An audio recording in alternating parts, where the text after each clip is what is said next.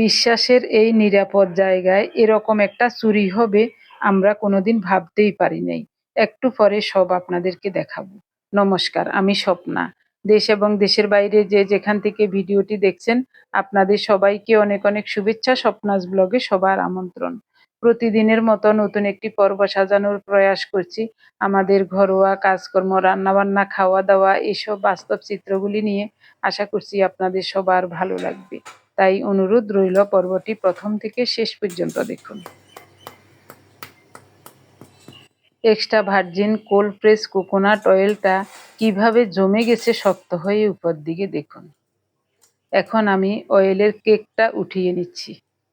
নিচের জলটা ফেলে দেব। গত 4 দিন আগে কোল্ড প্রেস কোকোনাট অয়েলের জন্য 4টা নারিকেল ভেঙে কুড়িয়ে দুধ বের করে ওই দুধটা গ্লাসে করে নর্মাল ফ্রিজে রেখে দিয়েছিলাম সারা দিন রাত। এরপরে গ্লাসে জমে যাওয়া ওই তেলটা উঠিয়ে নিয়েছি এই বাটিতে। এরপরে ভালো করে ফেটিয়ে দইয়ের মতো বসিয়ে রেখেছিলাম প্রায় 12-13 ঘন্টার মতো। তারপরেই নর্মাল ফ্রিজে রেখে দিয়েছি। তো দেখানোর কথা ছিল গতকাল আপনাদেরকে, মনে ছিল না, বিভিন্ন কাজের ঝামেলায় ভুলে গিয়েছিলাম। ওটা ফ্রিজের নর্মালেই ছিল গতকাল। এখন বের করে আনলাম, দেখুন কি সুন্দরভাবে অয়েলটা উপরে জমে গেছে। এখানে আর জলীয় অংশ তেমন নাই। আবারও নর্মাল তাপমাত্রায় 5-6 ঘন্টা কেকটা রেখে দিলে ওটা একেবারে গলে তেলে পরিণত হতো। এরপরে আবার ফ্রিজে রাখলে যদি সামান্য জলীয় অংশ থাকে ওটা নিচে পড়ে থাকতো। তো আমি আর অত প্রসেস করব না, কারণ এটা বেশি দিন যাবে না। আমরা 3 জনে খাই, এটা শেষ হয়ে যাবে কয়েকদিনের মধ্যেই, হয়তো বা 6-7 দিন যাবে এরকম সময়। নারিকেল সাইডটা ছোট ছিল তার জন্য তেলও কম পড়েছে। আর একটা নারিকেল একেবারেই ভালো ছিল না, ওটা তেল একেবারেই পড়ে নাই। ওটাতে মনে হয় তেল পড়ে নাই, এই কারণে তেলের সংখ্যা কম। 1 বয়ম তেল হয়েছে আর বাকিটা বয়মে ঢুকবে না, তাই বাটিতে রেখে দিচ্ছি। এটাই হলো extra virgin cold press coconut oil. কোনো আগুনের এবং রোদের তাপ ছাড়াই কোকোনাট অয়েল বের করেছি। ঔষধি গুণসম্পন্ন এই তেল শরীরের জন্য অনেক উপকারী। এটা হলো extra virgin cold press coconut অয়েলের জার। গত 3 বছর আগে আমার দাদার জন্য এরকম 3টা বয়ম কিনেছিলেন, এক একটার দাম 1600 টাকা করে। ওখান থেকে একটা খালি জার আমি নিয়ে আসছি কোকোনাট অয়েল রাখার জন্য। গত 3 বছর পর্যন্ত এটাতেই কোকোনাট অয়েল রাখি। এখন মাংস রান্নার জন্য মশলা বেটে নেব। পাটার উপর নিলাম ধনিয়া, জিরা আর কেটে নিয়েছি আদা, রসুন, পেঁয়াজ। এগুলি সব মিহি করে বেটে নেব।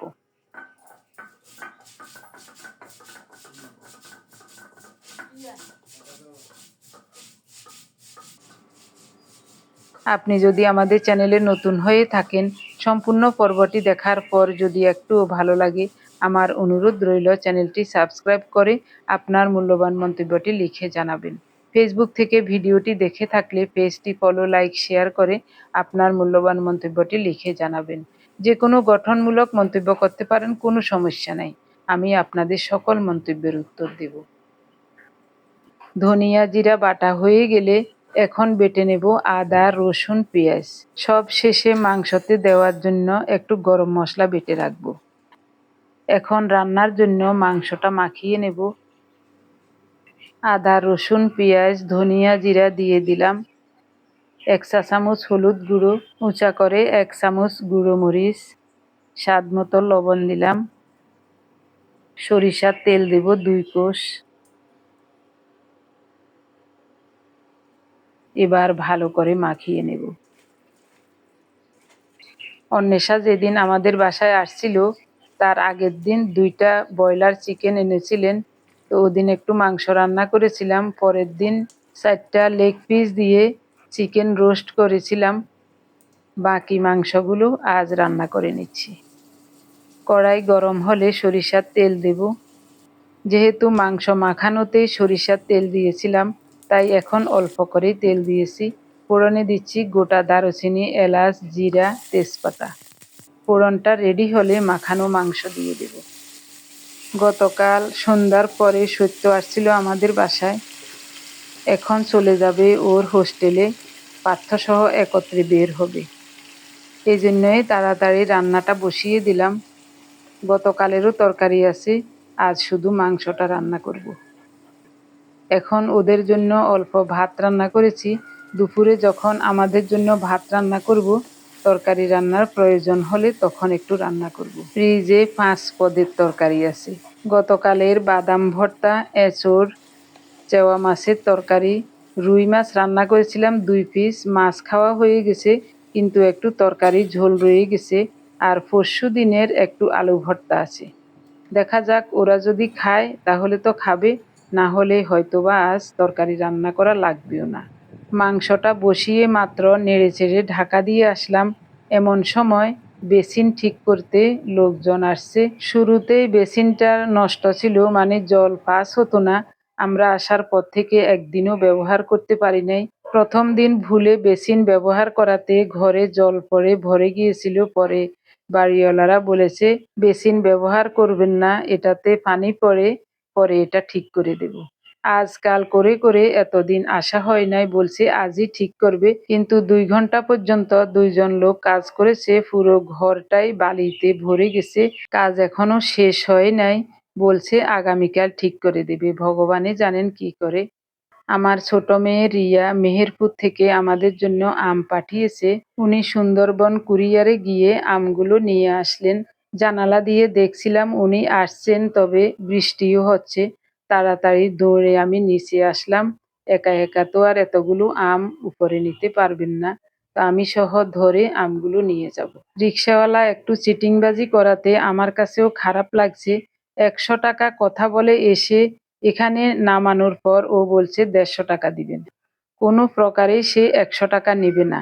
তাড়াতাড়ি আমিও নেমে আসলাম। অনেক কথা বলার পরে 140 টাকা দিয়েছি। ও নিজেই বলেছে 100 টাকা। গত 5-6 দিন আগেও এরকম এক ঝুড়ি আম এনেছিলেন। ওই 100 টাকা ভাড়া দিয়ে আসছিল ওই জায়গা থেকে। কিন্তু আজ এই বাজে লোকটা চিটিংবাজি করেছে আমাদের সাথে। 100 টাকা কথা বলে 150 টাকা চার্জ করলো। তারপরে অনেক বলে কয়ে 40 টাকা দিয়ে কোনোরকম চলে আসলাম। 4 তলা পর্যন্ত আমের ঝুড়িটা উঠাতে হবে। আমরা 2 জনে ধরে উপরে উঠাচ্ছি। তবে আমার কাছে কিরকম হালকা মনে হচ্ছে ঝুড়িটা। রিয়া বলছিল 21 কেজি আম দিয়েছে, কিন্তু আমার কাছে সেটা মনে হচ্ছে না। কি ব্যাপার, উপরে গিয়ে দেখছি 4 তলা পর্যন্ত আসতে আসতে একেবারে হাঁপিয়ে গেছি। ওরা এসে টাইলস ভেঙে পুরো ঘর ধুলা বালি ময়লায় ভরিয়ে দিয়ে গেছে। ওটা পরিষ্কার করে মাত্র স্নান করলাম। এমন সময় ওনাকে জানালা দিয়ে দেখে দৌড়ে নিচে গেলাম। একেবারে হাঁপিয়ে গেছি। এখন দেখছি ঝুড়ির এক সাইডে রশি কাটা।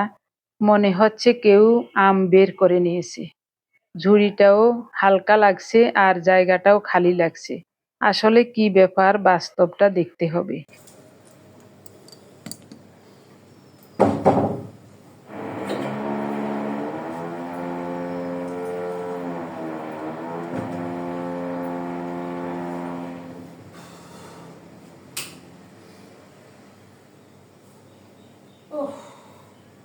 ঘর একদম যে নোংরা করে তুলেছে, পুরো ঘর একদম মুচ্ছি। আবার ওই টাইলস বসাবেলা এলে আবার করবো না।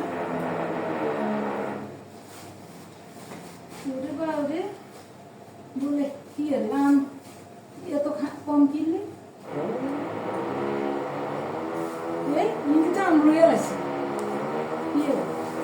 আম নিচে কিন্তু এতে এই সমানে আসিল। আরে বই দোকানে মুততেছে নাকি হয় নয়, কিন্তু লই গেছে বই। আমি দিয়ে দেখেন এই কাড়ে কাড়া দন দেখুন না। আহারে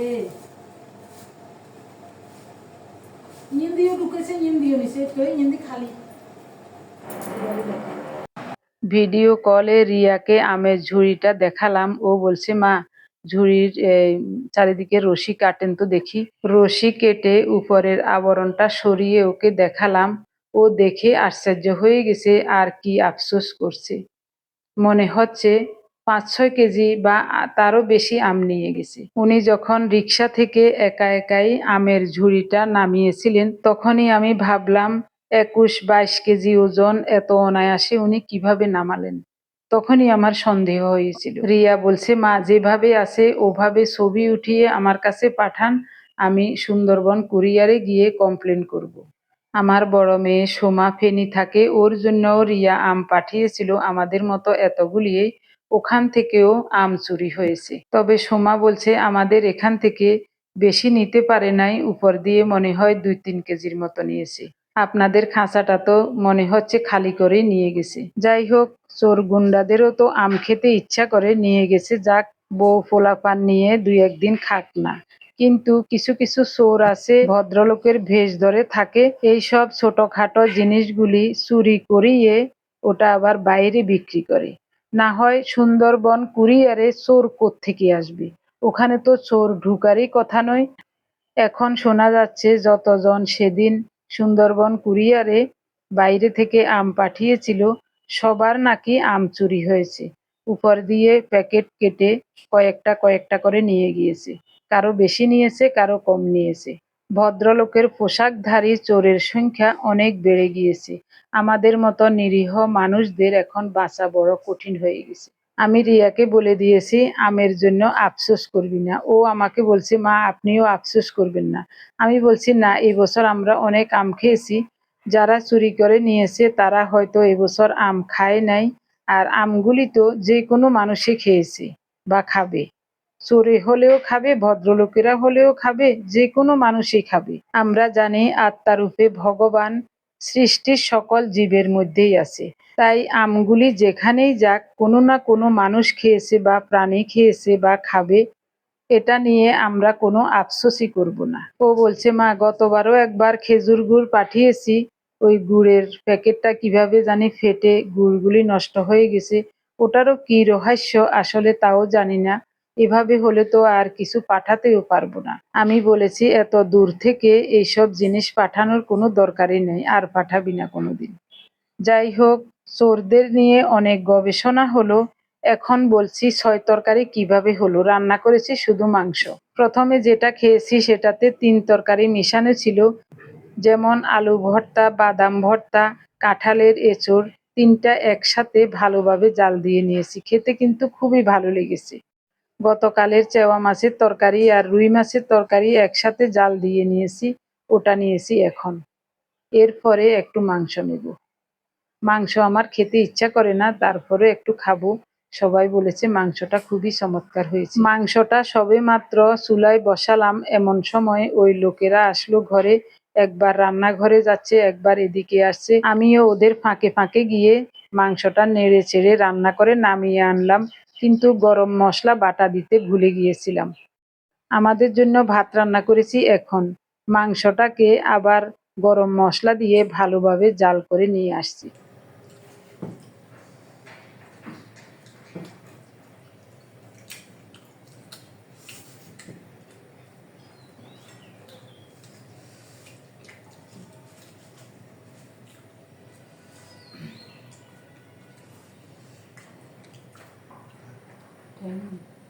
আচ্ছা লোক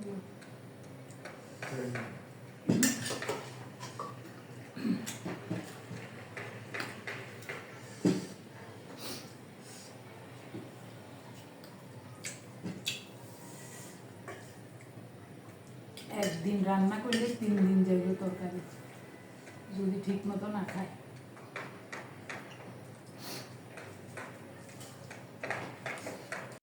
পার্থ, সত্য ওরা শুধু মাংস দিয়ে খেয়েছে, আর কোনো তরকারি খায় নাই। তার জন্য আর কিছুই রান্না করি নাই। আরো লেবু ধরো।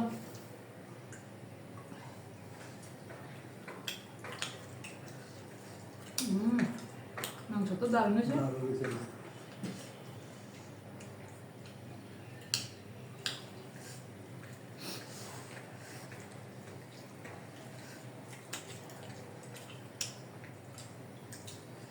রান্না শেষ হইতে না হইতে ওই লোকেটা চলিয়েছে।